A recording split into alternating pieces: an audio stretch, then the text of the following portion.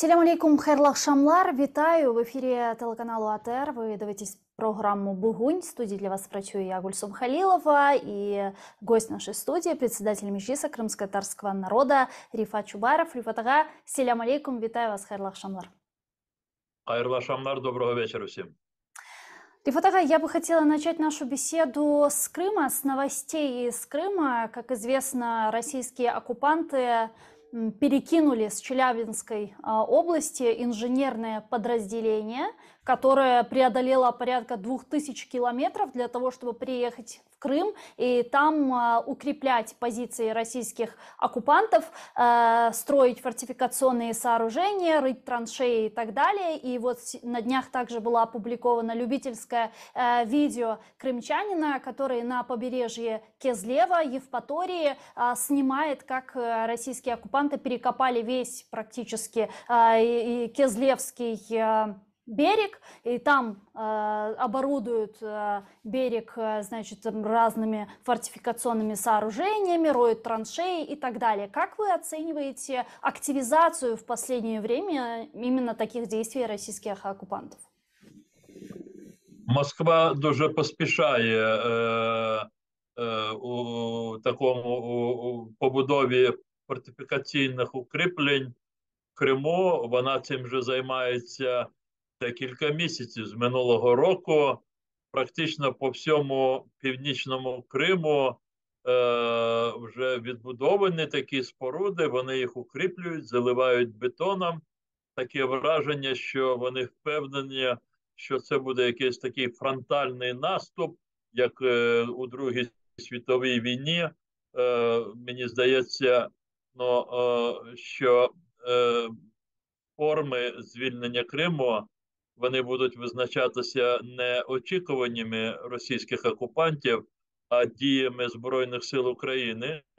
І тут думається, що найголовними будуть ті види Збройних сил, які будуть використовувати задля звільнення Кримського півострову високоточну зброю, далекобійну зброю, бо є відомі такі фактори, завдяки яким Росія утримує Крим під контролем.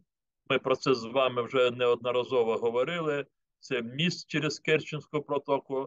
Він обов'язково на початку звільнення Криму буде знищений. Як тільки той Крим, як тільки той міст через Керченську протоку буде потужно так підірваний, це буде начало атаки задля звільнення Криму. Це кораблі Чорноморського флоту Росії, вони всі будуть під ударом. Ну і це припинення дії коридору по суходолу, який зараз російські окупанти влаштували по деяких окупованих територіях Херсонської і Запорізької областей. І цей коридор пов'язує окупований Крим з власне територією Росії. Отже, в них не вистачає людей, щоб проводити ці будівельні роботи, фортифікаційні ці укріплення зводити. І тепер вони туди кинули спеціальних військових, скоріш всього, це якісь саперні чи інші види військ, і вони їх перекинули до Криму. Вони там і залишатимуться, поки вже їх не розчавить Збройні Сили України.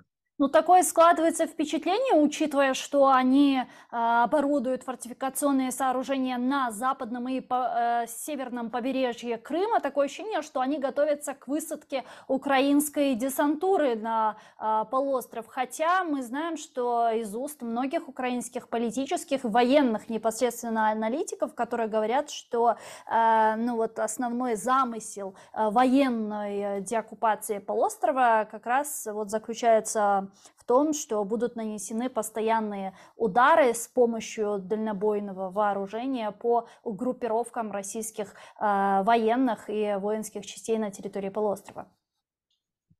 Дивіться, вони у паніці, не тільки окупанти в Криму, але військове політичне керівництво Росії, бо вони усвідомлюють значення Криму, утримання Криму під їхнім контролем для власної, для власного життя, для майбутнього Росії, для того, як будуть відбуватися процеси в російсько-українській війні. Вони не укріплюють жоден із своїх територій, які прилягають до кордону України. Ну, скажімо, там ті області, які межують там з Сумською областю України, чи з Харківською областю, чи іншими. Але Крим, якому вони не то, що надають особливе значення, ні, це правда, вони розуміють його справжнє геостратегічне положення, але вони ще настільки створили міфів для от такого об'єднання, мобілізації внутрішньої російського населення, що звільнення Криму це означатиме буквально повалення всієї конструкції російської влади. І тому вони укріплюють Крим. Але укріплюють не стільки, виходячи з того, що саме ці укріплення допоможуть їм утримувати, це більше такі, знаєте, психологічне значення ці роботи для них мають. Вони нібито намагаються весь час цілодобово стверджувати російському суспільству, що, мовляв, ми ніколи його не здамо. Чи ніколи, це вони так кажуть, не здамо. Да? А по-нашому, що вони нібито ніколи звідти не побіжуть. Ні, побіжуть. І я думаю, що ці фортифікаційні споруди, вони не будуть мати жодного або особливого значення у процесі звільнення Криму.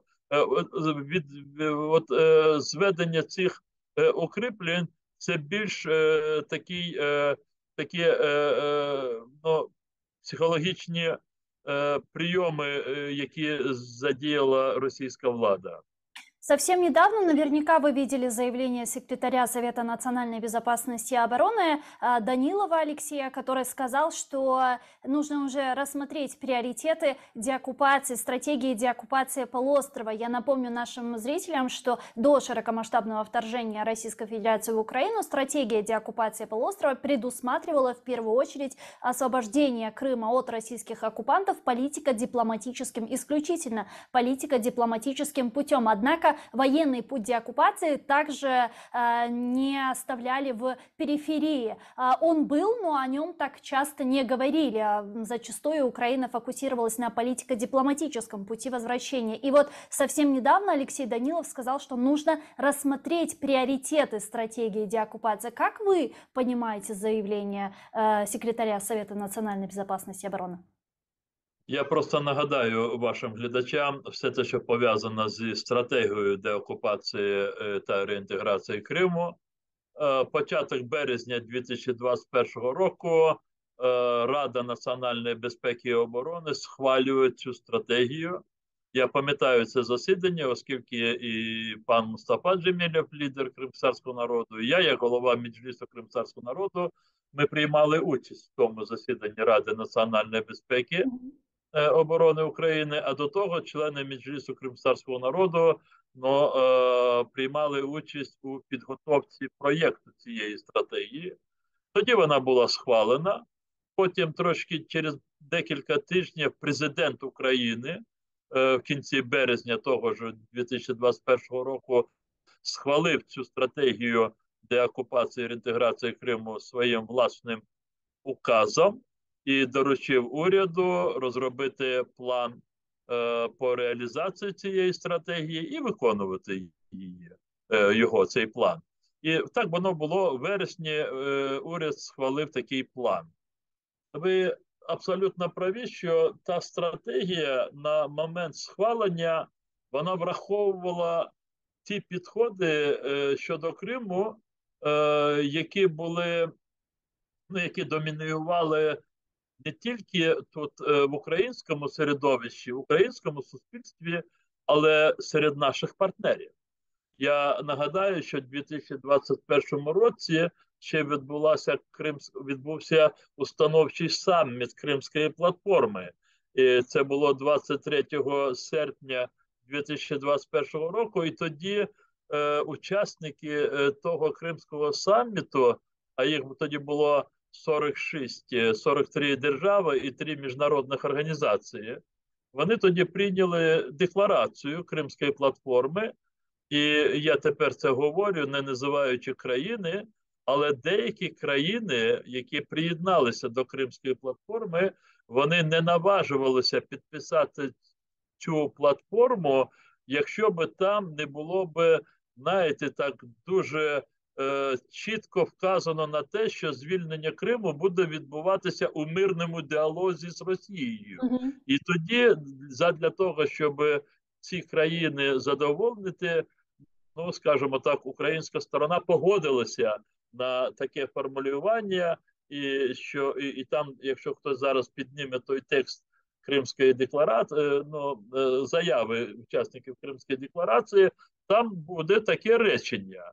Але потім через рік, 24 лютого 2022 року, і тут ситуація вкрай змінилася.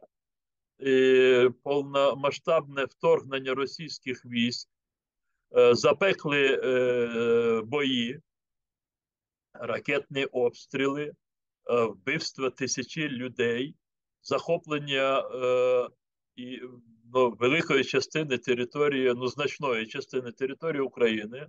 Слава Богу, потім частина була звільнена, і не лише була просто звільнена, а з такою, знаєте, перемогою дуже помітною. Я маю на увазі вигнання російських військ з Київської області, з Чернігівської, з Сумської і таке інше. Отже, тепер світ, наші партнери, вони кардинально змінили своє уявлення щодо відтворення територіальної цілісності української держави, в тому числі щодо Криму. Вони пристали тепер до позиції українського суспільства, яке тепер ніколи не зможе, ніколи не буде погоджуватися на те, що завершенням цієї російсько-української війни може статися поступка якоїсь території України, скажімо, Криму. І тепер зрозуміло, що весь світ говорить про справедливе і переможне завершення цієї війни, яке, як мінімум, має визначатися відтворенням територіальної цілісності України у межах кордонів 1991 року. І зрозуміло, кардинально все навколо змінилося, і тепер треба переглянути цю стратегію, щоб, по-перше, почистити її від тих пунктів, які виявилися нежиттєздатними. Бо війна широкомасштабна багато чому змінила ситуацію. Скажімо, там були такі пункти, що побудувати капітальні споруди на адміністративному кордоні з окупованим Кримом, чи укріпити обороноспроможність Херсонської області. Війна, це все, я маю на увазі 22-й рік, це все опрокинув.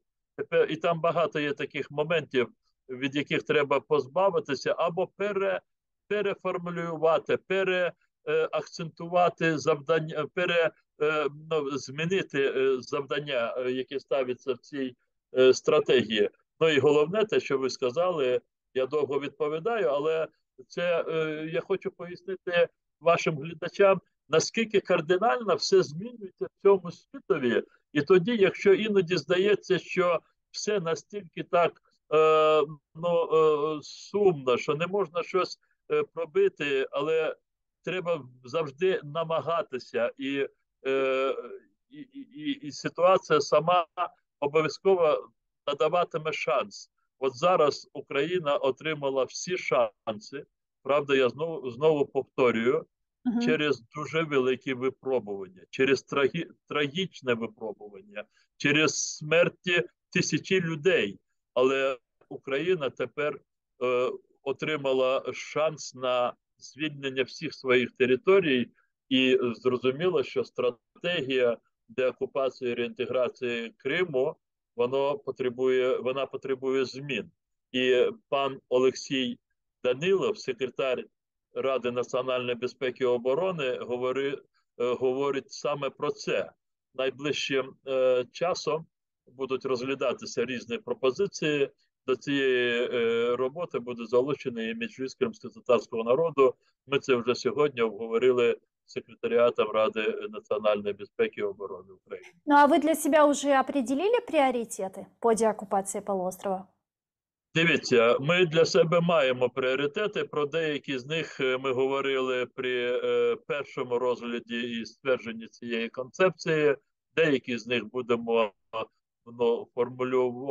сформульовувати, виходячи з сьогоднішніх позицій. Зрозуміло, ці питання вони більш стосуються етапу реінтеграції Криму в український інформаційний, економічний, політичний, культурний простір, бо все-таки 9 років окупації і дуже багато від чого треба буде очищати Крим. І для нас оцей етап реінтеграції після звільнення Криму, він є не менш важливішим, ніж саме звільнення Криму. Я думаю, що про деталі будемо говорити тоді, коли розпочнеться конкретна робота. Мы прекрасно понимаем, что с широкомасштабным вторжением России действительно стратегия деоккупации полуострова, она требует рассмотрения новых приоритетов. И мы прекрасно понимаем, что деоккупация полуострова, она будет в том числе зависеть от тех обстоятельств, которые будут разворачиваться на тот момент, от той конъюнктуры, которая будет разворачиваться на тот момент. И тем не менее, интересна все-таки реакция, какой может быть реакция наших западных партнеров, которая подписывалась под стратегии и под декларацией Крымской платформы, которая не предполагала каких-либо радикальных мер по деоккупации полуострова, я имею в виду военных мер и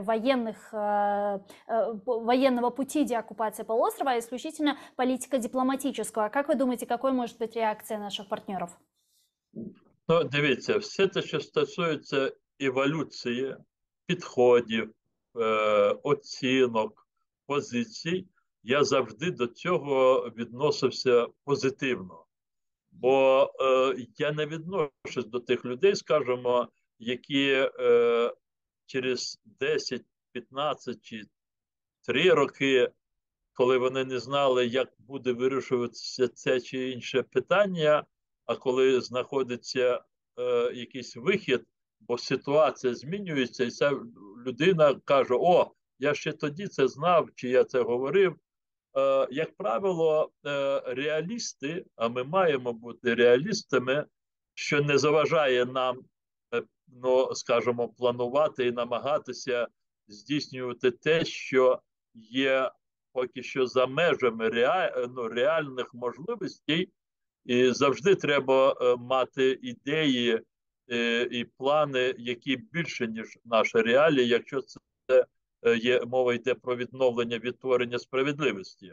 Отже, я просто хочу сказати про те, що до того, як на Заході були помітні різні підходи щодо поведінки агресивної Росії, ну, скажімо, починаючи з 2014 року, з моменту захоплення Криму, поки деякі провідні країни і їхні лідери не виключали можливість домовитися з Путіним, з Росією, тоді нам в Україні було дуже важко наполягати саме на таких наших українських підходах, які б не підтримувалися б нашими партнерами. Нашим завданням було, щоб знаходити такі цілі, які б насправді утримували б всіх навколо таких завдань. Можливо, якщо хтось і десь внутрішньо, ну десь не дуже би з цим погоджувався. От завдання, скажімо, відновлення територіальної цілісності української держави і 2 роки тому, і 5 років тому, і в 2014 році на момент російської збройної агресії, воно було, ну скажімо, таким, що нікому з наших партнерів не надавало можливості, ну, скажімо, не підтримувати Україну, якщо вони і не вірили в це, бо це був міжнародний принцип, це записано в уставі ООН. Отже, українська держава протягом всіх цих вже 9 років російсько-української війни на кожному етапі намагалася утримувати, мобілізовувати своїх партнерів. І тут ми були реалістами. І я тут би і сьогодні би не докіряв би нашим партнерам, бо вони теж дуже різні політики. Одні приходять, інші вступають на ці посади. Ну, скажімо, згадайте хоча б президентів Франції. Оланд президент, його нерішучість до Росії. Потім приходить Макрон, президент Макрон, з постійними своїми намірами зустрічатися з Путіном. Там достатньо таке складне, можливо, поведінка керівників Німеччини, але 2022 рік, 24 лютого, завдяки оцій нахабності, завдяки просто цинічності і найголовне, трагічності і катастрофічності дій, які задіяла Росія проти України, воно просто витрізнює всіх політиків міжнародних, всіх. Я дуже часто говорю в своїх частих інтерв'ю. Я кажу, 2 політика, які мене шокували 24 лютого. Це був президент Земан, який до того ручкався з Путіним, пив з ним водку і їздив кожного року до Москви всі роки війни. І другий – це президент Макрон, президент Франції. Оці 2 таких політики, які весь час підкреслювали намагання домовитися з Москвою, вони 24 лютого виступили з такою, знаєте, відсіччю, дуже такими різкими заявами щодо повномасштабного вторгнення. Тобто от агресія, розширення російської агресії, воно змінювало і світогляд європейських політиків чи частини європейських політиків, і воно відкривало Україні можливість щодо більшої їхньої мобілізації навколо захисту України. Але ж ми розуміємося, коли ми говоримо навколо захисту України, ці європейські політики, як досвідчені політики, вони вже нікуди не могли дітися від усвідомлення того, що захищаючи Україну, вони захищають себе. І про це треба говорити теж відверто. І якщо пам'ятаєте, вже на другій Кримській платформі 23 серпня 2022 року вже всі виступаючі говорили про те, що Україна буде отримувати допомогу стільки тривало і стільки обсяжно, наскільки це вимагатиме її перемога над Росією. От за рік стався такий кардинальний поворот в думках і підходах європейських політиків. Але це завдяки новим стражданням і новим трагедіям на українській землі. Ну, и я думаю, что стоит отметить, что военная деоккупация полуострова военным путем уже со стороны западных политиков, представителей западного истеблишмента не воспринимается как что-то из ряда вон выходящее, а наоборот Даже президент Соединенных Штатов Америки Джозеф Байден в очередном своем выступлении говорил о том, что Соединенные Штаты будут предоставлять Украине столько оружия, сколько понадобится нам для деоккупации своих территорий, в том числе и оккупированного полуострова Крым. Вот план один хотела с вами обсудить. Его недавно в своем твиттере опубликовал бывший командующий войсками Соединенных Штатов в Европе Бен Ходжес. Он опубликовал в своем твиттер карту с объяснениями того, какой он видит нейтрализацию российских войск на территории оккупированного Крыма. Ну, если коротко, главный замысел заключается в нанесении по вражеским группировкам постоянных ударов с помощью дальнобойного оружия. Цитирую: «Скептики по Крыму предполагают, что для этого нужна дорогостоящая широкомасштабная сухопутная атака, но прежде всего приоритетом является сделать Крым непригодным для России. Силы спецопераций и другие внесут свой вклад». То есть, коротко говоря, речь идет об изоляции Крыма, уничтожении путей, которые существуют и предоставляют России возможность дальше милитаризировать полуостров и поставлять туда вооружение, то есть взять, условно говоря, в кольцо российских оккупантов, локально осуществлять удары по их расположениям, по воинским частям, по аэродромам, по их группировкам, и таким образом они либо через какое-то время будут вынуждены сами сдаться, так как они находятся в изоляции, покинуть полуостров практически нереально. Ну, может, кто-то и вплавь убежит, но маловероятно. И вот такой сценарий, на ваш взгляд, вот такой план, он реален и не несет ли он риски для местного населення? Ну, дивіться, якщо б ми з вами підняли б наші передачі десь 3-4 місяців давнини, ми б засвідчилися в тому, що ми з вами вже саме про це і говорили. Ну, це не є от якимсь намаганням показати показати, скажімо, сказати, що я про це вже говорив. Ні, це є підтвердження очевидності того, як Росія може утримувати Крим під своїм контролем. І зрозуміло, що більш всього це усвідомлюють військові, на відміну від мене, людини абсолютно цивільної. І військові говорять про те, що в першу чергу треба припинити будь-яке сполучення Кримського півострову з самою Росією, з її територією, з її можливостями. І тому ми знову говоримо: міст, треба його знищити, Чорноморський флот Росії, бо кораблі вони можуть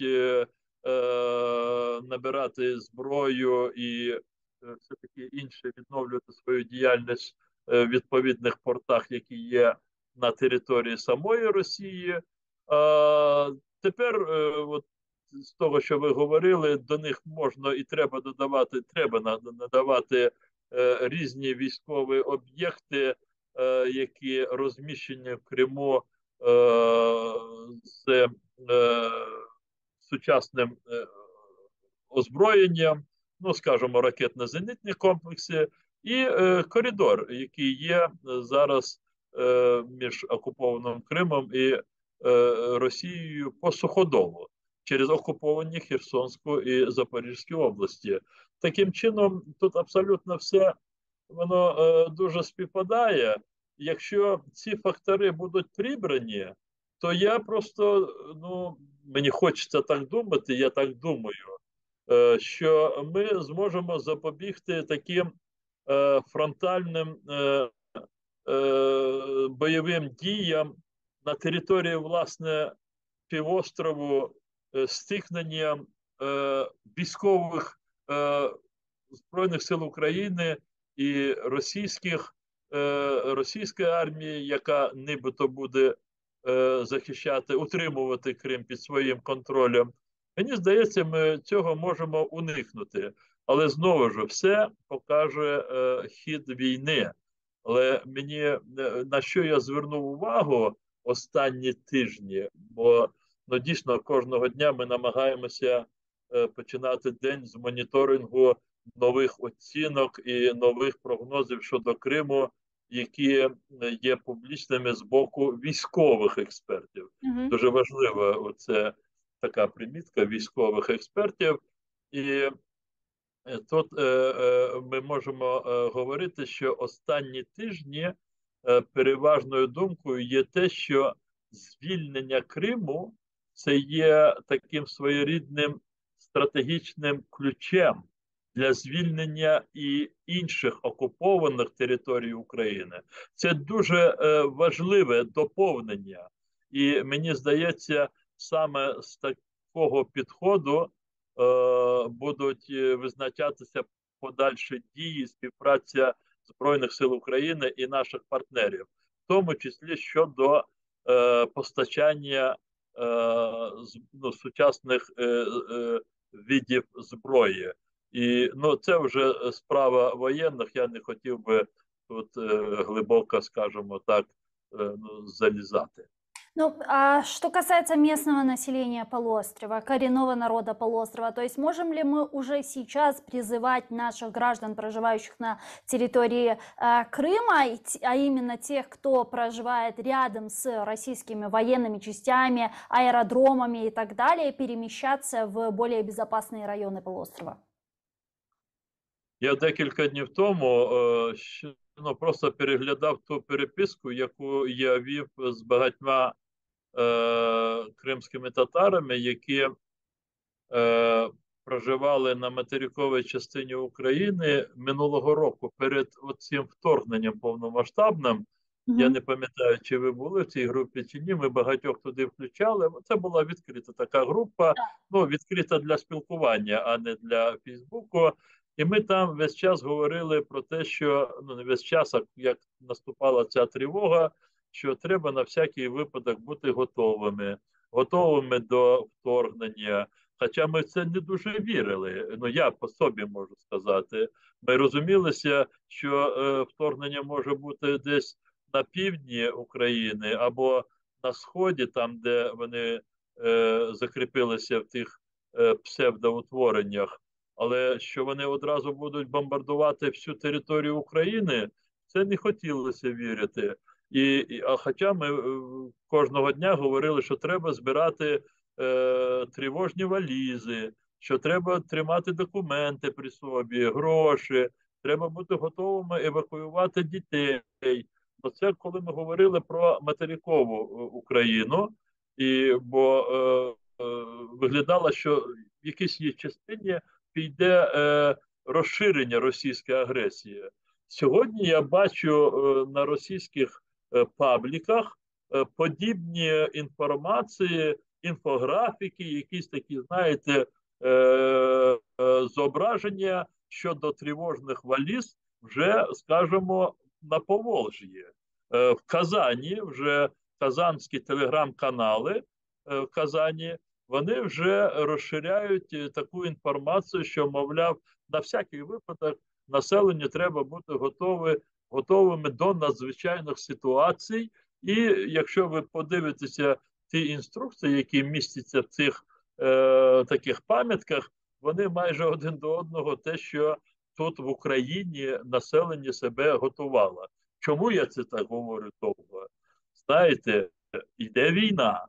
Крим є майже в епіцентрі цієї війни. Як кажу, і війна це розпочалася захоплення Криму, вторгнення російських військ у лютому 2014 року. Війна це завершиться із звільненням Криму.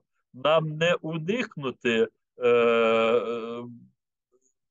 воєнних дій навколо Криму. В який вони спосіб будуть відбуватися, це можна говорити, але не це головне. Головне те, щоб люди, які зараз живуть в Криму, я кажу це щиро і без побоювання, що хтось може заперечити мені або висловити якусь образу. Це не є залякування. Я звертаюся в першу чергу до кримських татар, до етнічних українців, до всіх тих людей, які залишаються вірними, відданими українській державі. Звільнення Криму вже не за горами, але ви маєте берегтися, ви маєте берегти життя своє, своїх дітей, старших людей. Тому готуйтеся, без паніки. От сказав Репат Чубаров, завтра не треба кудись бігти. Мгм. Просто ті, хто живе в селі, укріплюйте свої погреби. Подивіться, якщо у вас є підвалини в домах, укріплюйте їх також. Зробіть запасний вихід з тих укріплень, щоб ви могли зайти з одного місця, вийти в інше, якщо в цьому буде потреба. Заздалегідь зробіть там якийсь запас води питної, обов'язково, запас якоїсь їжі, харчів, таких, які не пропадатимуть. Хай це буде у вас там на попередні 2-3 місяці.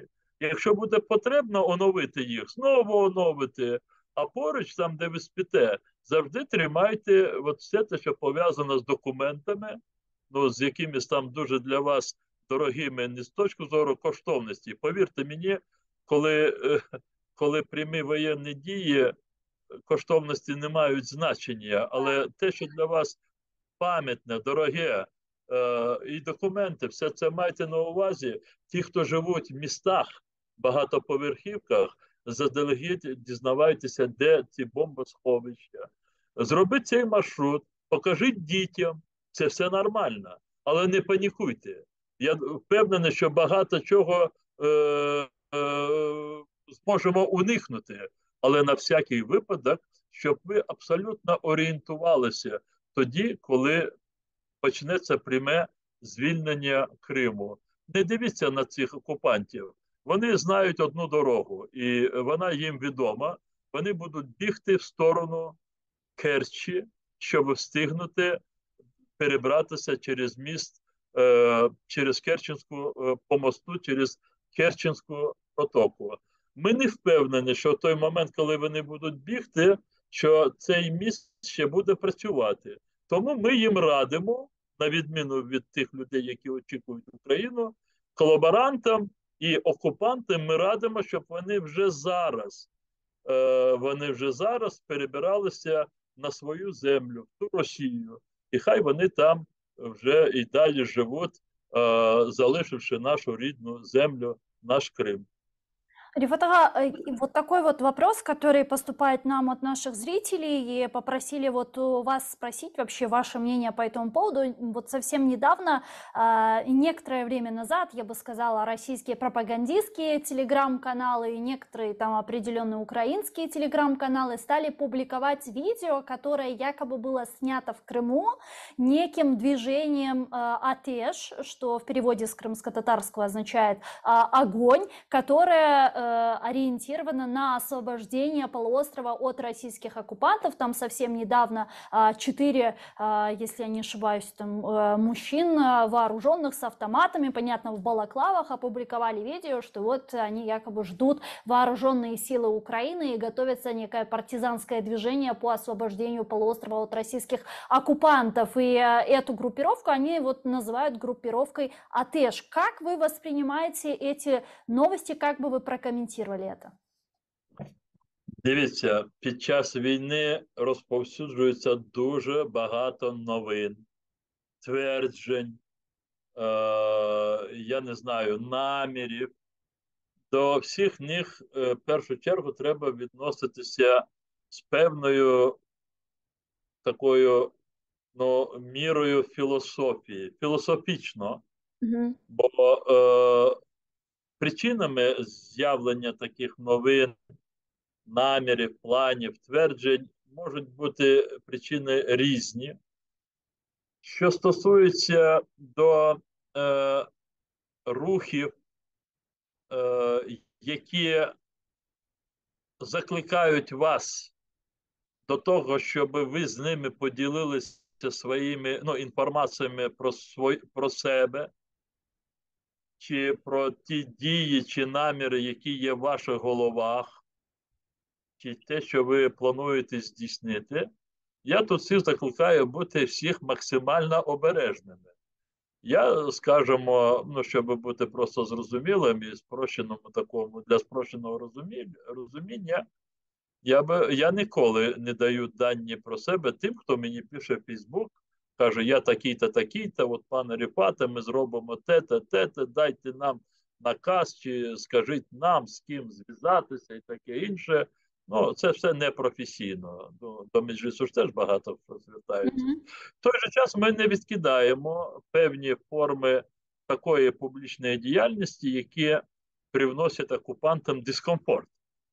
І тому дивіться так, ну от я хочу так відповісти на ваше запитання, щоб ті, хто його задавав, вони були ну, задоволені, по крайній мірі, в тій мірі, якій зараз можна когось задовольнити на такі запитання.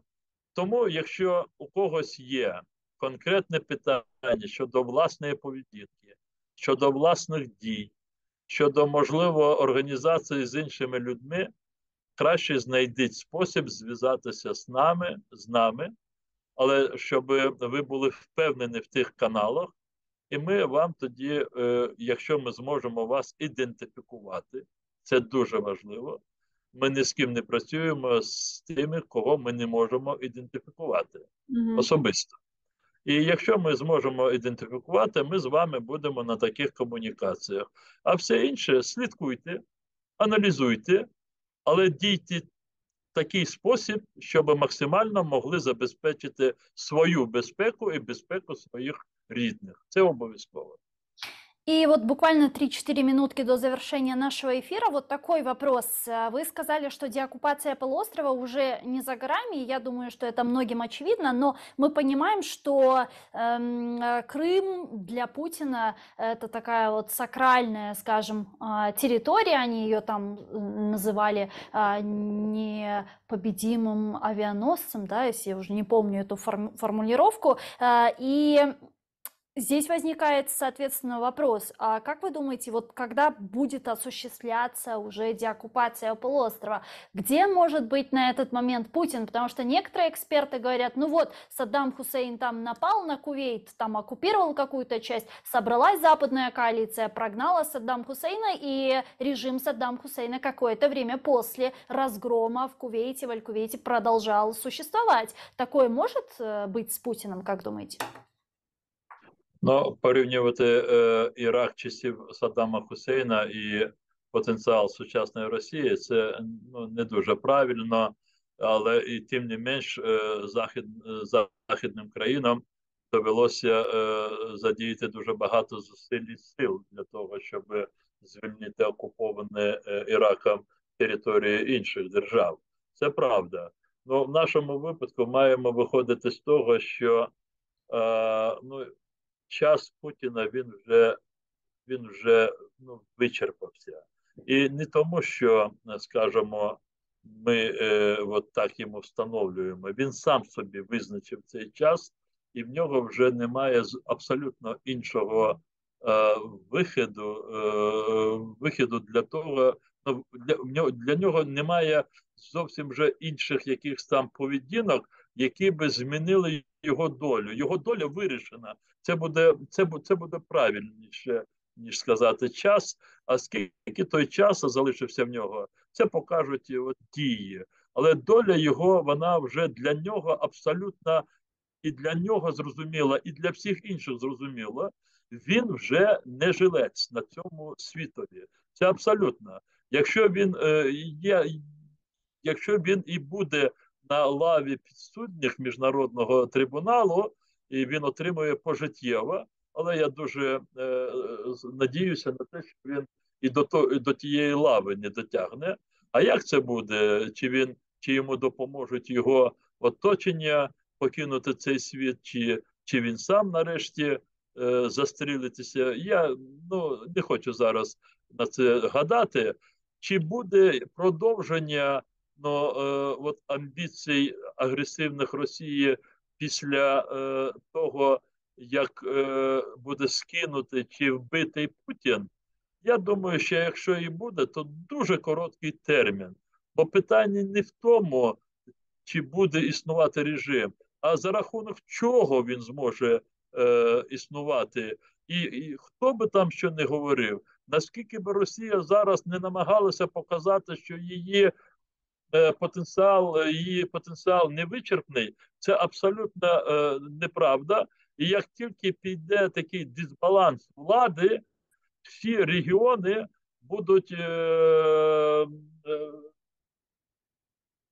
вони опиняться без ресурсів, без фінансової системи, і вони будуть вимушені вирішувати самостійно долю тих людей, які живуть на їх регіонах. Отже, дезінтеграція влади в Росії, вона одразу потягне дезінтеграцію територій. І для цього ми маємо всі постаратися. Çok sağ olunuz. Дуже дякую, Рифат Ага, что нашли время, подключились к нам в эфир и ответили на наши вопросы. Увидимся в следующем нашем эфире, который мы запланируем на крымско-татарском языке. Çok sağ olunuz. Председатель Меджлиса крымско-татарского народа Рифат Чубаров был с нами на прямом связку. Оставайтесь первым крымско-татарским. Коршкенджи архадашлар.